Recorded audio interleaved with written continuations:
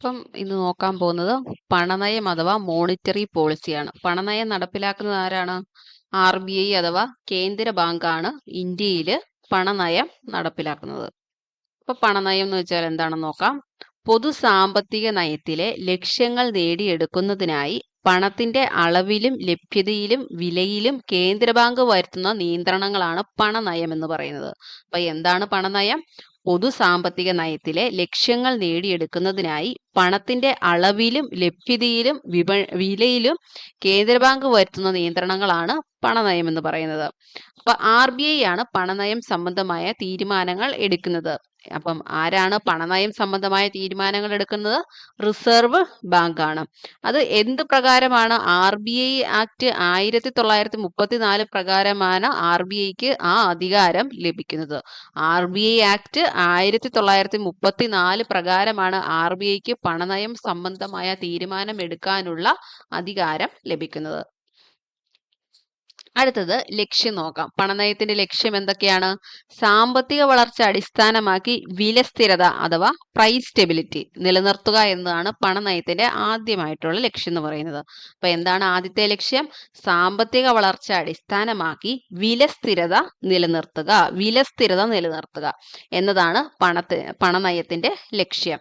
രണ്ടാമത് എന്താണ്? സമ്പദ് വ്യവസ്ഥയുടെ വളർച്ച ത്വരിതപ്പെടുത്തുന്നു, തൊഴിലവസരങ്ങൾ സൃഷ്ടിക്കുന്നു, വിനിമയ നിരക്ക് സ്ഥിരപ്പെടുത്തുന്നു. അപ്പോൾ ഒന്നുകൂടി പറയാൻ ലക്ഷ്യങ്ങള്: സാമ്പത്തിക വളർച്ച അടിസ്ഥാനമാക്കി വില സ്ഥിരത നിലനിർത്തുന്നു, സമ്പദ് വ്യവസ്ഥയുടെ വളർച്ച ത്വരിതപ്പെടുത്തുന്നു, തൊഴിലവസരങ്ങൾ സൃഷ്ടിക്കുന്നു, വിനിമയ നിരക്ക് സ്ഥിരപ്പെടുത്തുന്നു. ഇതാണ് പണനയത്തിന്റെ ലക്ഷ്യങ്ങൾ. ഇനി അടുത്തത് മോണിറ്ററി പോളിസി കമ്മിറ്റിയാണ്. ഒരു മോണിറ്ററി പോളിസി കമ്മിറ്റി ഉണ്ട്. അത് എന്താണ് ചെയ്യുന്നത്? പണനയം സംബന്ധമായ സുപ്രധാന തീരുമാനങ്ങൾ എടുക്കുന്നത് MPC ആണ്. മോണിറ്ററി പോളിസി കമ്മിറ്റിയാണ് എന്ത്? പണനയം സംബന്ധമായ സുപ്രധാന തീരുമാനങ്ങൾ എടുക്കുന്നത്. 2016 മുമ്പ് വരെ RBI ഗവർണറായിരുന്നു തീരുമാനങ്ങൾ എടുത്തിരുന്നത്. 2016 മുമ്പ് വരെ RBI ഗവർണറായിരുന്നു തീരുമാനങ്ങൾ എടുത്തിരുന്നത്. ഒരു സാങ്കേതിക സമിതിയുടെ ഉപദേശം ലഭിച്ചിരുന്നുവെങ്കിലും വീറ്റോ പവർ ഉണ്ടായിരുന്നു. അപ്പോൾ ഒരു സാങ്കേതിക സമിതിയുടെ ഉപദേശം RBI ഗവർണർക്ക് ലഭിച്ചിരുന്നുവെങ്കിലും ഗവർണർക്ക് എന്തുണ്ടായിരുന്നു? വീറ്റോ പവർ ഉണ്ടായിരുന്നു. അത് വെച്ച് ഏതെങ്കിലും ഒരു ഉപദേശമോ അല്ലെങ്കിൽ നിയമങ്ങളോ വീറ്റോ ചെയ്യാനുള്ള അല്ലെങ്കിൽ ഏതെങ്കിലും ഒരു ബില്ല് വീറ്റോ ചെയ്യാനുള്ള അധികാരം ഗവർണർക്ക് ഉണ്ടായിരുന്നു. RBI ആക്ട് 1934 സെക്ഷൻ 45(z)(b) അനുസരിച്ച് MPC സ്ഥാപിതമായിരിക്കുന്നത്. അപ്പൊ MPC സ്ഥാപിതമായിരിക്കുന്നത് ഏത് നിയമം അനുസരിച്ചാണ്? RBI ആക്ട് 1934 സെക്ഷൻ എന്താണ്? 45(z)(b) അനുസരിച്ച്. അങ്ങനെയാണ് MPC സ്ഥാപിതമായിരിക്കുന്നത്. അതില് 2016 സെപ്റ്റംബർ 29 ആദ്യത്തെ MPC സ്ഥാപിതമായത്. 2016 സെപ്റ്റംബർ 29 ആദ്യത്തെ അല്ലെങ്കിൽ ഒന്നാമത്തെ MPC സ്ഥാപിതമായത്. നിലവിലുള്ളത് രൂപീകരിച്ചിരിക്കുന്നത് 2020 ഒക്ടോബർ 5 എന്താണ് ഗസറ്റ് പ്രകാരം രൂപീകരിച്ചിരിക്കുന്നതാണ്. നിലവിലെ MPC എന്ന് പറയുന്നത് 2020 ഒക്ടോബർ 5 രൂപീകരിച്ചിരിക്കുന്നതാണ്. RBI നിയമിച്ച ഉർജിത് പട്ടേൽ കമ്മിറ്റിയാണ് MPC രൂപീകരിക്കാനുള്ള ആശയം മുന്നോട്ട് വെച്ചത്. എന്താണ്? RBI നിയമിച്ച ഉർജിത് പട്ടേൽ കമ്മിറ്റിയാണ് MPC രൂപീകരിക്കാനുള്ള ആശയം മുന്നോട്ട് വെച്ചത്. ഇനി MPCയുടെ ചെയർപേഴ്സൺ റിസർവ് ബാങ്ക് ഗവർണർ ആയിരിക്കും. MPCയുടെ ചെയർപേഴ്സൺ റിസർവ് ബാങ്ക് ഗവർണർ. വർഷത്തിൽ 4 തവണ സമ്മേളിക്കും. MPC വർഷത്തിൽ 4 തവണ സമ്മേളിക്കും. അംഗങ്ങൾ 6 പേരാണ് ഉള്ളത്. 6 അംഗങ്ങളാണ് ഉള്ളത്. അതിൽ 3 പേര് RBI നിയമിക്കുന്നതും 3 പേര് സർക്കാർ നിയമിക്കുന്നതും ആയിരിക്കും. അങ്ങനെ മൊത്തത്തിൽ 6 അംഗങ്ങളാണുള്ളത്. പിന്നെ ഒരു മീറ്റിംഗ് കൂടാനായിട്ടുള്ള കോറം എന്ന് പറയുന്നത് 4 പേരായിരിക്കും. ഓരോരുത്തർക്കും ഓരോ വോട്ടായിരിക്കും ഉള്ളത്. പിന്നെ ഒരു കാസ്റ്റിംഗ് വോട്ട് RBI ഗവർണർക്ക് ലഭിക്കും. അതായത് ചെയ്ത വോട്ടുകളിൽ തുല്യതയുണ്ടെങ്കിൽ ഒരു കാസ്റ്റിംഗ് വോട്ട് ഗവർണർക്ക് ലഭിക്കും. ഇനി അടുത്തത് പണപ്പെരുപ്പവും പണച്ചുരുക്കവും നോക്കാം. പണപ്പെരുപ്പം അഥവാ ഇൻഫ്ലേഷൻ. പരിധിക്കപ്പുറം പണലഭ്യത ഉണ്ടായിരിക്കുകയോ പണത്തിന്റെ മൂല്യം സാധനങ്ങളുടേതുമായി താരതമ്യപ്പെടുത്തുമ്പോൾ കുറഞ്ഞുകൊണ്ടിരിക്കുകയോ ചെയ്യുന്ന അവസ്ഥയാണ് പണപ്പെരുപ്പം എന്ന് പറയുന്നത്. പണപ്പെരുപ്പം, പണം പെരുകുക അല്ലെ. പരിധിക്കപ്പുറം പണലഭ്യത ഉണ്ടായിരിക്കുകയോ പണത്തിന്റെ മൂല്യം സാധനങ്ങളുടേതുമായി താരതമ്യപ്പെടുത്തുമ്പോൾ കുറഞ്ഞുകൊണ്ടിരിക്കുക ചെയ്യുന്ന അവസ്ഥ. അതായത് നമ്മൾ ഒരു സാധനം മേടിക്കണമെങ്കിൽ ഒരുപാട് പണം നൽകേണ്ട അവസ്ഥ. ഒരു ചെറിയൊരു സാധനം മേടിക്കാൻ അല്ലെങ്കിൽ ചെറിയൊരു അളവിൽ സാധനം മേടിക്കാനാണെങ്കിലും ഒരുപാട് തുക നൽകേണ്ട അവസ്ഥയാണ് ഈ പണപ്പെരുപ്പം എന്നതുകൊണ്ട് ഉദ്ദേശിക്കുന്നത്. അടുത്തത് പണച്ചുരുക്കം നോക്കാം. സാധനങ്ങളുടെയും സേവനങ്ങളുടെയും വില കുറഞ്ഞു വരുന്ന അവസ്ഥയാണ് പണച്ചുരുക്കം. സാധനങ്ങളുടെയും സേവനങ്ങളുടെയും വില കുറഞ്ഞു വരുന്ന അവസ്ഥയാണ് പണച്ചുരുക്കം എന്ന് പറയുന്നത്. ഇനി പണപ്രധാന നിയന്ത്രണങ്ങൾ. പണപ്രധാനം എന്ന് വെച്ചാൽ എന്താണ്? മണി സപ്ലൈ ആണ് അല്ലെ. അപ്പം എക്കോണമിയിൽ പണപ്രധാനം അഥവാ മണി സപ്ലൈ നിയന്ത്രിക്കുന്നതിനുള്ള മാർഗങ്ങൾ, RBI സ്വീകരിക്കുന്ന മാർഗങ്ങൾ നോക്കാം.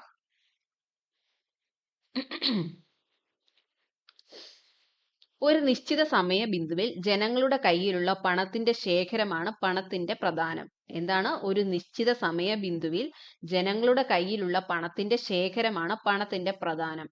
പണത്തിന്റെ പ്രധാനം നിയന്ത്രിക്കുന്നതിനായി RBI 2 മാർഗങ്ങളാണ് സ്വീകരിക്കുന്നത്. ഒന്ന് ഗുണപരമായ ഉപാധി, പിന്നൊന്ന് അളവുപരമായ ഉപാധിയാണ് ഉള്ളത്. ഒന്നാമത്തേത് ഗുണപരമായ ഉപാധി അഥവാ ക്വാളിറ്റേറ്റീവ് മാർഗങ്ങളാണ്. ഗുണപരമായ ഉപാധിയിൽ ഒന്നാമത്തേത് എന്താണ്? വാണിജ്യ ബാങ്കുകളുടെ വായ്പ പ്രോത്സാഹിപ്പിക്കുകയോ നിരുത്സാഹപ്പെടുത്തുകയോ ചെയ്യുന്നതിനുള്ള ധാർമ്മിക അനുനയം.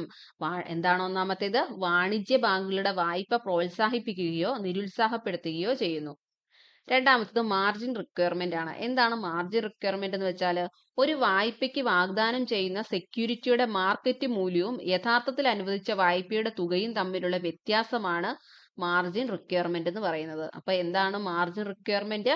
ഒരു വായ്പയ്ക്ക് വാഗ്ദാനം ചെയ്യുന്ന സെക്യൂരിറ്റിയുടെ മാർക്കറ്റ് മൂല്യവും യഥാർത്ഥത്തിൽ അനുവദിച്ച വായ്പയുടെ തുകയും തമ്മിലുള്ള വ്യത്യാസം, അതാണ് മാർജിൻ റിക്വയർമെന്റ് എന്ന് പറയുന്നത്. ഈ മാർജിൻ കൂട്ടുകയോ കുറയ്ക്കുകയോ ചെയ്യുന്നതിലൂടെ RBI പരമാവധി വായ്പ തുക നിയന്ത്രിക്കുന്നു. ഈ മാർജിൻ കൂട്ടുകയോ കുറയ്ക്കുകയോ ചെയ്യുന്നതിലൂടെ RBI പരമാവധി വായ്പ തുക നിയന്ത്രിക്കുന്നു. അതായത് ഫോർ എക്സാമ്പിൾ ആയിട്ട് പറഞ്ഞാൽ 100 രൂപ സെക്യൂരിറ്റിയിൽ ഒരു ബാങ്ക് 30% മാർജിൻ നിലനിർത്തുവാണ്. 100 രൂപ സെക്യൂരിറ്റിയിൽ ഒരു ബാങ്ക് 30% മാർജിൻ നിലനിർത്തിയാൽ കടം വാങ്ങുന്നയാൾക്ക് എത്ര രൂപയായിരിക്കും ലഭിക്കുന്നത്? 70 രൂപ മാത്രമേ ലഭിക്കൂ. അത് 100ൽ നിന്ന് ആ 30% കുറച്ചിട്ട് ബാക്കി 70 രൂപ മാത്രമേ അയാൾക്ക് ലഭിക്കത്തുള്ളൂ, കടം വാങ്ങുന്ന ആൾക്ക് ലഭിക്കത്തുള്ളൂ. ഇതാണ് മാർജിൻ റിക്വയർമെന്റ് എന്ന് പറയുന്നത്. അടുത്താണ് അളവുപരമായ ഉപാധി. ഇതാണ് ഇമ്പോർട്ടന്റ് ആയിട്ടുള്ളത്. അളവുപരമായ ഉപാധിയാണ് എപ്പോഴും ചോദിച്ചു കാണുന്നത്. ഇതാണ് പ്രധാനമായിട്ട് നമുക്ക് നോക്കേണ്ടത്. അളവുപരമായ ഉപാധിയിൽ ഏതൊക്കെയാണുള്ളത്?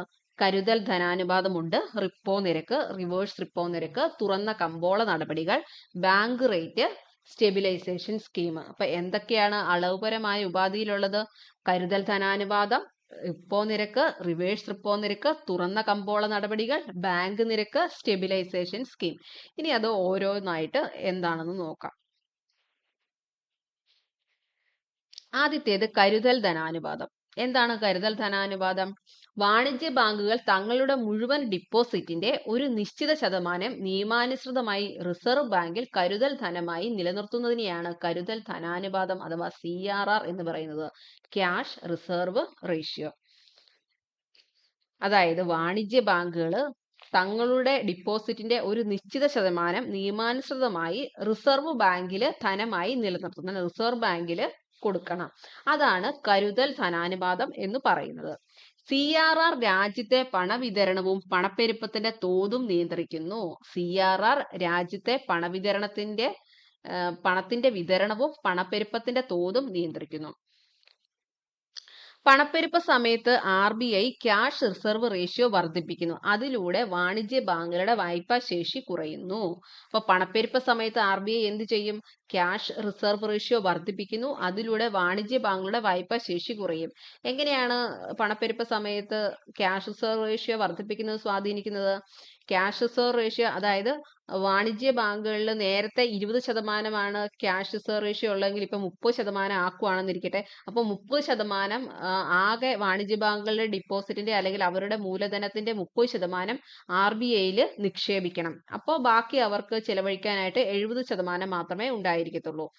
അങ്ങനെയാണ് പണപ്പെരുപ്പ സമയത്ത് ഇത് നിയന്ത്രിക്കുന്നത്. പണപ്പെരുപ്പ സമയത്ത് ക്യാഷ് റിസർവ് റേഷ്യോ കൂട്ടുന്ന അനുസരിച്ച് അത്രയും തുക ബാങ്കുകൾ RBIയിൽ നിക്ഷേപിക്കേണ്ടി വരും.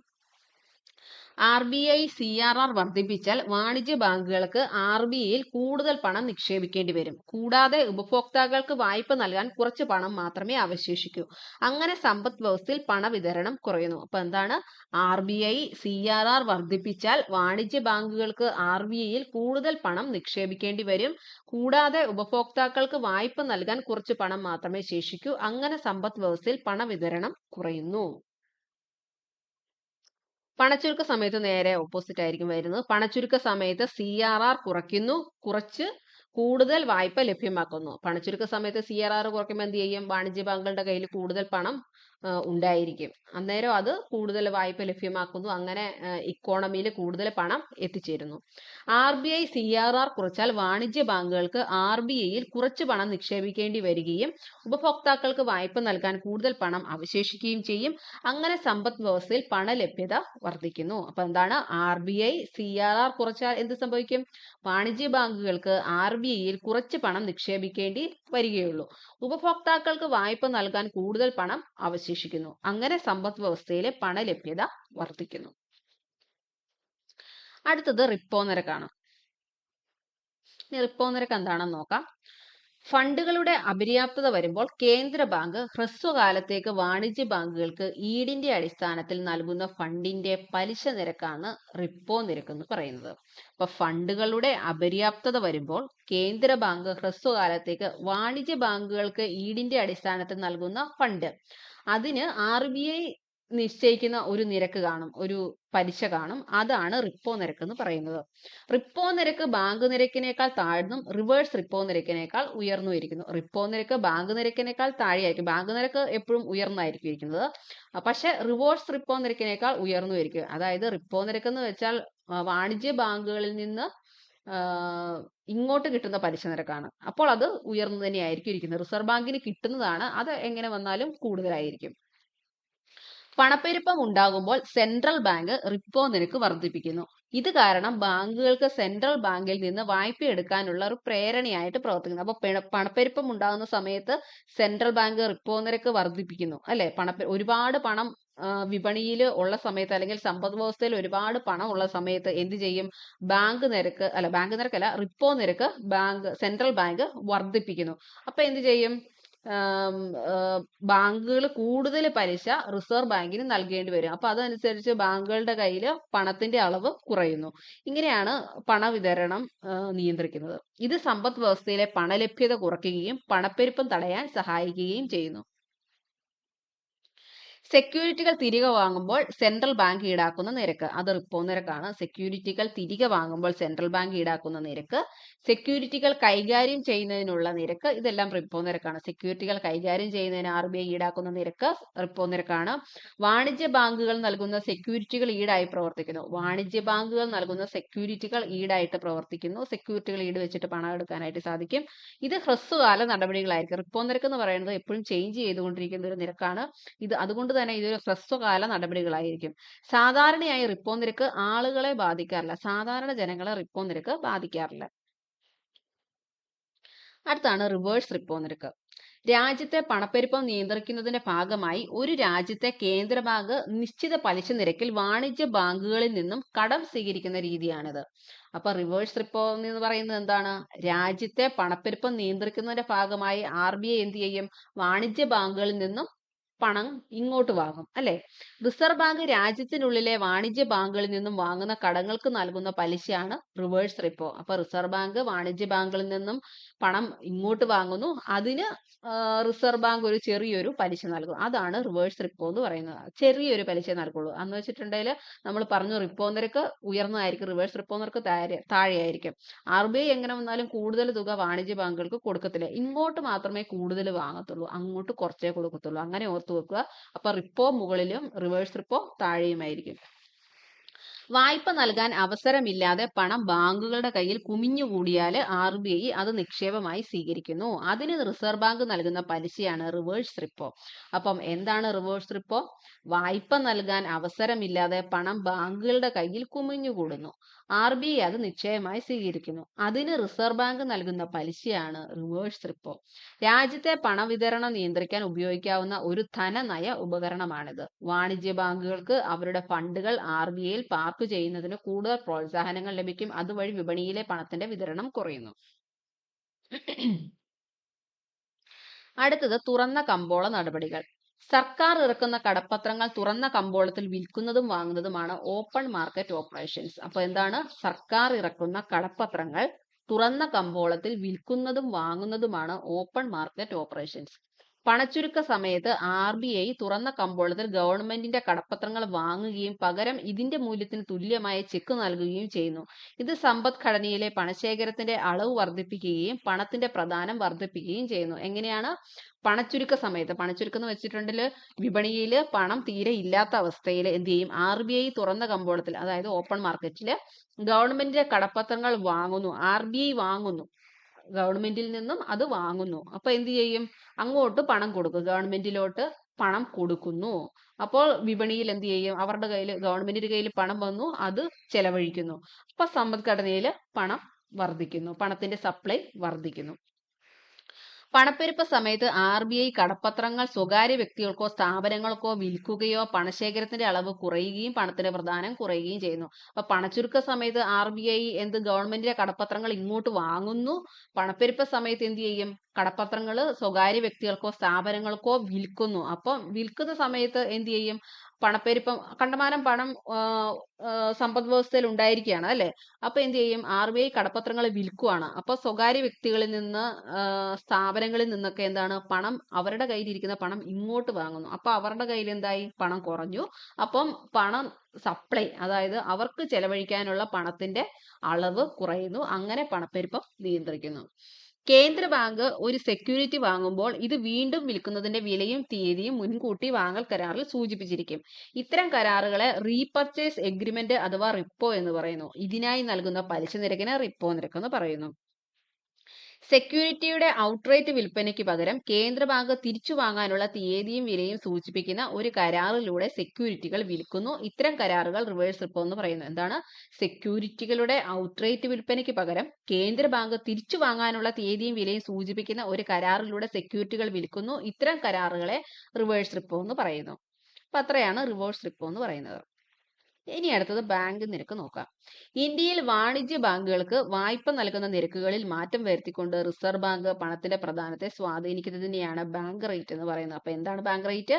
ഇന്ത്യയിൽ വാണിജ്യ ബാങ്കുകൾക്ക് വായ്പ നൽകുന്ന നിരക്കുകളിൽ മാറ്റം വരുത്തിക്കൊണ്ട് റിസർവ് ബാങ്ക് പണത്തിന്റെ പ്രദാനത്തെ സ്വാധീനിക്കുന്നതിനെയാണ് ബാങ്ക് റേറ്റ് എന്ന് പറയുന്നത്. ബാങ്ക് നിരക്കുകൾ വാണിജ്യ ബാങ്കുകളെ വായ്പ നിരക്കുകളെ സ്വാധീനിക്കുന്നു. ബാങ്ക് നിരക്കുകൾ വാണിജ്യ ബാങ്കുകളുടെ വായ്പ നിരക്കുകളെ സ്വാധീനിക്കുന്നു. കേന്ദ്ര ബാങ്ക് ബാങ്ക് നിരക്ക് വർദ്ധിപ്പിക്കുമ്പോൾ ഒരു വാണിജ്യ ബാങ്കിന്റെ കടമെടുപ്പ് ചിലവ് വർദ്ധിക്കുന്നു. ഇത് വിപണിയിലെ പണത്തിന്റെ വിതരണം കുറയ്ക്കുന്നു. അപ്പൊ എന്താണ്? കേന്ദ്ര ബാങ്ക് ബാങ്ക് നിരക്ക് വർദ്ധിപ്പിക്കുമ്പോൾ ഒരു വാണിജ്യ ബാങ്കിന്റെ കടമെടുപ്പ് ചിലവ് വർദ്ധിക്കുന്നു. ഇത് വിപണിയിലെ പണത്തിന്റെ വിതരണം കുറയ്ക്കുന്നു. ബാങ്ക് നിരക്ക് പൊതുവെ റിപ്പോ നിരക്കിനേക്കാൾ കൂടുതലാണ്. നമ്മൾ പറഞ്ഞു ബാങ്ക് നിരക്ക് പൊതുവെ റിപ്പോ നിരക്കിനേക്കാൾ കൂടുതലാണ്. അടുത്ത സ്റ്റെബിലൈസേഷൻ സ്കീം. ബാഹ്യ ആഘാതങ്ങളിൽ നിന്നും സമ്പദ് വ്യവസ്ഥയെ സുസ്ഥിരമാക്കാനുള്ള RBIയുടെ പ്രവർത്തനങ്ങളാണിവ. ബാഹ്യാഘാതങ്ങളിൽ നിന്നും സമ്പദ് വ്യവസ്ഥയെ സുസ്ഥിരമാക്കാനുള്ള RBIയുടെ പ്രവർത്തനങ്ങളാണ് സ്റ്റെബിലൈസേഷൻ സ്കീം.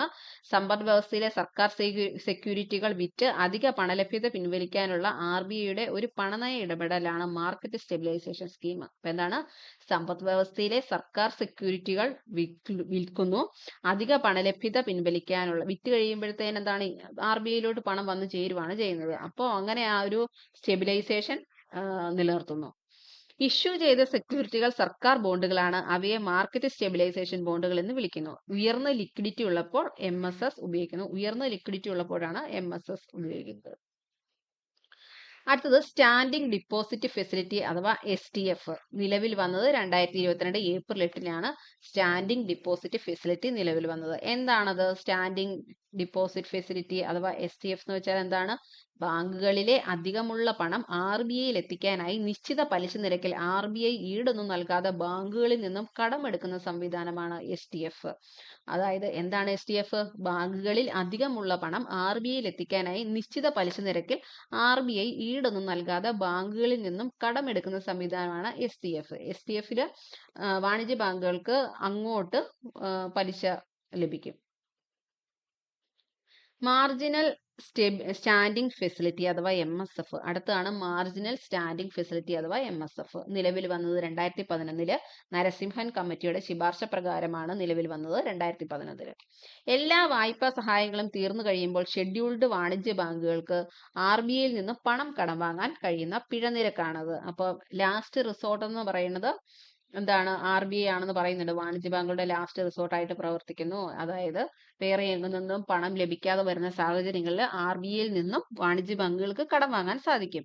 അപ്പൊ എല്ലാ വായ്പാ സഹായങ്ങളും തീർന്നു കഴിയുമ്പോൾ ഷെഡ്യൂൾഡ് വാണിജ്യ ബാങ്കുകൾക്ക് RBIയിൽ നിന്ന് പണം കടം വാങ്ങാൻ കഴിയുന്ന പിഴനിരക്കാണ് MSF.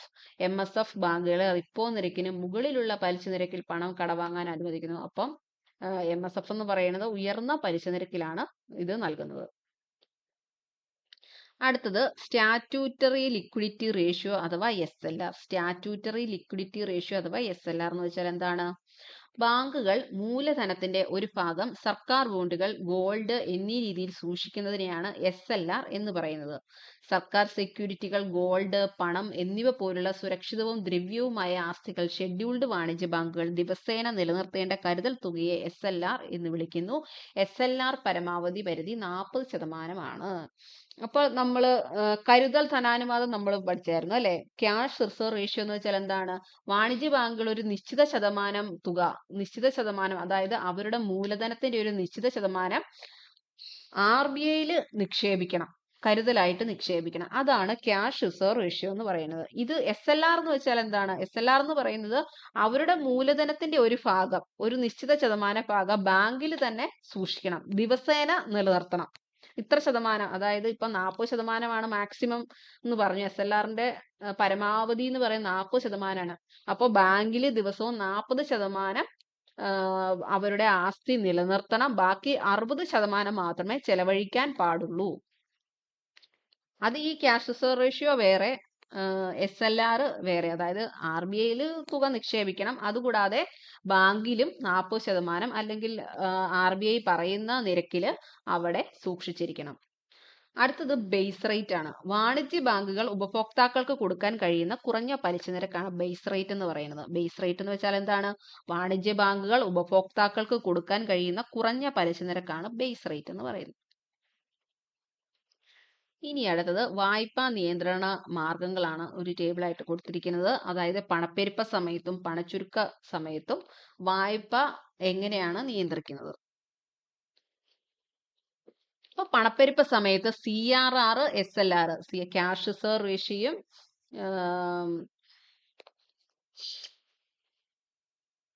SLRും എങ്ങനെയാണ് പണപ്പെരുപ്പ സമയത്ത് ചെയ്യുന്നത്, RBI ചെയ്യുന്നത്? അത് വർദ്ധിപ്പിക്കുന്നു. CRRും SLRും പണപ്പെരുപ്പ സമയത്ത് വർദ്ധിപ്പിക്കുന്നു. അപ്പൊ എന്ത് സംഭവിക്കും? ബാങ്കുകളുടെ വായ്പാ ശേഷി കുറയുന്നു. അതായത് ഒരു നിശ്ചിത ശതമാനം അവിടെ സൂക്ഷിക്കുകയാണ് ചെയ്യുന്നത്. RBIയിലും സൂക്ഷിക്കുന്നു, ബാങ്കിലും സൂക്ഷിക്കുന്നു.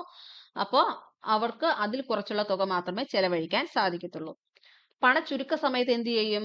CRRും SLRും കുറയ്ക്കുന്നു. അപ്പോൾ കൂടുതൽ വായ്പ ലഭ്യമാക്കും. അപ്പോൾ ബാങ്കിന്റെ കയ്യിൽ കൂടുതൽ പണം ഉണ്ടായിരിക്കും. അന്നേരം അത് ചെലവഴിക്കാൻ സാധിക്കും. റിപ്പോ റേറ്റിന് എന്ത് സംഭവിക്കും? പണപ്പെരുപ്പ സമയത്ത് വർദ്ധിപ്പിക്കുന്നു. റിപ്പോ റേറ്റ് വർദ്ധിപ്പിക്കുന്നു. പണച്ചുരുക്ക സമയത്ത് റിപ്പോ റേറ്റ് കുറയ്ക്കുന്നു. റിവേഴ്സ് റിപ്പോ റേറ്റ് പണപ്പെരുപ്പ സമയത്ത് വർദ്ധിപ്പിക്കുന്നു, പണച്ചുരുക്ക സമയത്ത് കുറയ്ക്കുന്നു.